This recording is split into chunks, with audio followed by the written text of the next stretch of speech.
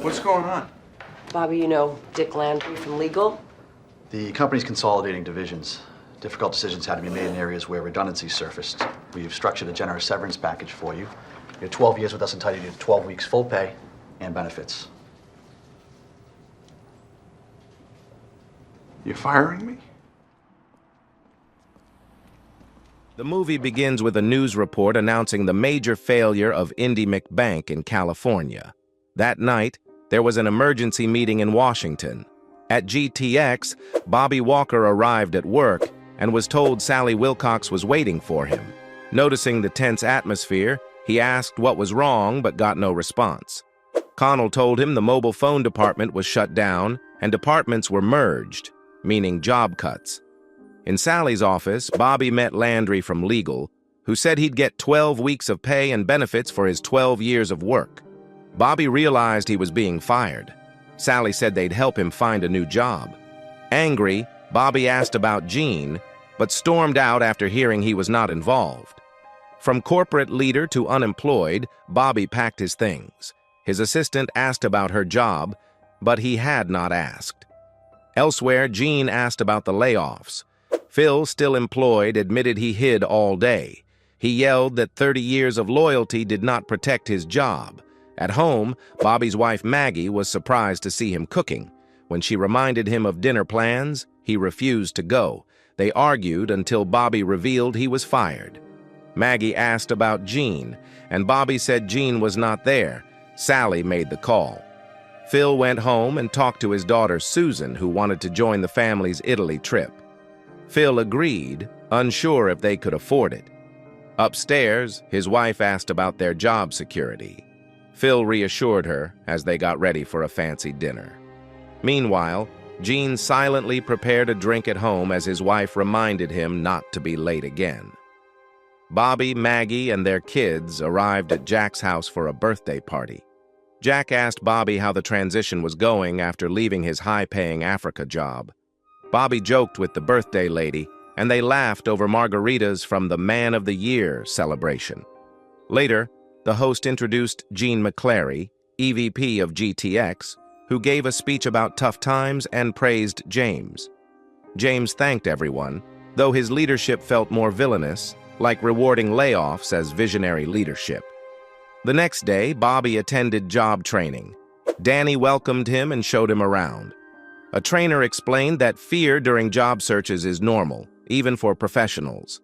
At GTX, Gene met with the team about merging the ship and rail divisions. Some staff complained about the workload. Phil reminded them to be grateful for still having jobs, and they discussed how to rebuild business. Back at training, Bobby searched for a seat. A worker refused him, but Danny offered one. He said people were scared of Bobby, but not him. He was confident. Danny asked how long Bobby had. Bobby said 3 months of pay and 4 months of job help. Danny had 9 months total, but had already used 4. The clock was ticking for both. Gene and Bobby had lunch, where Gene explained the company's troubles and the need to cut jobs to raise stock prices. Gene gave Bobby marketing contacts, but Bobby got angry, saying he'd only use them once he joined a competitor, shifting from loyalty to revenge. At home, Bobby told Maggie about the lunch, but she was concerned about unpaid bills and suggested she get a job. Bobby ignored a call from his father, not wanting advice. At the office, James and Jean reminisced. James invited Jean to Sun Valley, but Jean declined due to his grandchild's visit. Later, Jean's wife, Cynthia, asked if everything was okay. Jean said he was surprised Bobby did not get angry at him. Cynthia asked to use the company jet for a trip, but Jean insisted they fly commercial. Maggie suggested selling their house, but Bobby refused, wanting to avoid getting stuck. He went for a job interview while Maggie took the kids. Bobby, struggling to afford his lifestyle, wished he could afford a mansion like Bruce Wayne. At the interview, Bobby was offered a $65,000 job outside his area, which upset him since he had previously made $120,000 and applied for a VP position. The interviewer explained there were better candidates, but Bobby insisted he was a great fit. Later, Bobby called marketing contacts for leads. but no opportunities came through. He felt like he might end up selling shoes just to survive. He left voicemails for Sally, frustrated at not hearing back. When Bobby returned home, he found his son Drew sitting outside. Drew said he was fine, but Bobby told him he lost his job and promised things would be okay. At Jack's house for Thanksgiving, the men talked about work while food was being served. Jack asked Bobby about his job, and Bobby gave a short answer. Jack mentioned that Salinger made 700 times more than the average GTX worker, a reminder that the people at the top do not feel the pain of the people below. Before dinner, Carson prayed, thanking God for their health and asking that her dad find a job. That revealed Bobby's unemployment to everyone at the table. Jack offered Bobby a job, but he refused. "We could always use help with drywall," Jack said. Meanwhile, James and his business partner talked about losing money. They thought about selling the new company or shutting it down, and finally chose to lay off workers. Gene told James he disagreed with the decision. James brushed it off. He always said what he believed, right or wrong, and this is wrong. Instead of cutting executive pay or fixing how the company worked, they just chose to fire more employees. Later, in bed, Maggie and Bobby talked about money. Maggie said if they lowered the price of the house, they could sell it for $850,000. She asked why he said no to Jack's offer. Bobby said he did not want to work for Jack. At this point, pride was all Bobby had left, and he would not let go of it. Jean and Sally were also in bed. Jean asked her how they decided who to lay off. Sally got annoyed and left the room. Later, Bobby and a friend played golf, but Bobby was told he had not paid for his membership. He went to Maggie to ask what was going on. She told him they did not have the money for next month's bill and asked him to stop golfing and focus on getting a job to pay the mortgage. Bobby still wanted to seem successful, but Maggie reminded him of their reality and told him to cancel the golf plans. Later, Bobby and Maggie had a deep conversation. Bobby shouted that he felt hopeless. At 37, he could not support his family. Maggie hugged him and said things would be okay and that his family would always be there for him. Bobby went to another job interview. The interviewer said Dan Mass had given him a great recommendation. The job paid $90,000 plus commission and bonuses. The man said he could not promise anything, but with Bobby's resume and Dan's recommendation, he looked like the right fit. Finally, some hope. But when Bobby called later to follow up, they told him the job was no longer available. Later, Bobby sadly watched as someone drove away in the car he had to sell. First, he lost the golf membership, and now the car. Bobby was watching his old life disappear piece by piece. At a party, Phil told Gene that Sally had fired him. Gene went to his office and asked Sally about it. She handed him a paper. He had been fired too. Gene and Phil talked about how long they had worked for the company and how betrayed they felt. Gene went home but ignored his wife's calls and went upstairs. Meanwhile, Phil started a new job working in a factory. When he showed up at Joanna's office, Bobby and the others were surprised to see him. Joanna asked Phil if he smoked, and when he said sometimes, she told him to quit. Bobby went to Phil's new office and said the company was paying extra just for him to have that office. Phil said that's the least they could do for him. He then asked Bobby about the dress code. Bobby told him it was fine to wear casual clothes at home.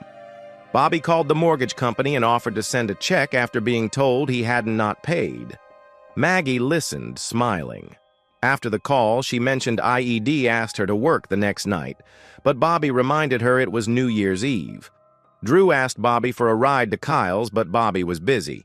Maggie said Drew gave up his Xbox because they could not afford it. A quiet, selfless act. Bobby asked Jack for a job and started working in construction. He struggled physically, showing how far he had fallen from his wealthy past. At lunch, a worker gave Bobby old gloves after seeing his blisters, a humble lesson in kindness. Bobby later sandblasted and was told to adjust the mix. Jack joked it was as easy as Bobby's old office work. Meanwhile, Gene and Sally planned dinner with friends. Phil went to a job interview, but the long line showed how tough the market was. Jack gave Bobby a paycheck with an extra $200. He told him to keep it. Gene had dinner with Sally's friends, but acted okay despite feeling lost. Bobby's family moved in with his parents. He asked Drew if he was okay sharing a room. Drew agreed. Once, Bobby bought shoes freely. Now he was selling them to survive. Gene's son, Liam, visited. Gene said he was looking for a job and trying to buy a vineyard. Liam said his mom was struggling and thinking of selling the house. At work, Mike was gone after getting arrested again. Bobby suggested someone new, Danny, who soon joined. Another unemployed professional now doing manual labor. Gene found Phil drunk at a bar. Phil did not want to go home because his wife did not want the neighbors to know he was fired. They went to the movies instead. Bobby got a job offer in Boston from Fred Mund. Maggie was unsure, but Bobby said it was a VP position, the perfect fit. In Boston, Bobby arrived early, only to find the interview was scheduled for the following week. Phil met James about a job for international executives. James said no one over 30 could handle it. Age mattered more than experience. That night, Gene found Phil throwing rocks at GTX, angry and hopeless. Later, Phil died by suicide in his garage. The next day, Gene, Bobby, and others attended his funeral, a tragic but sadly familiar end. After the funeral, Gene and Bobby walked past their old workplace.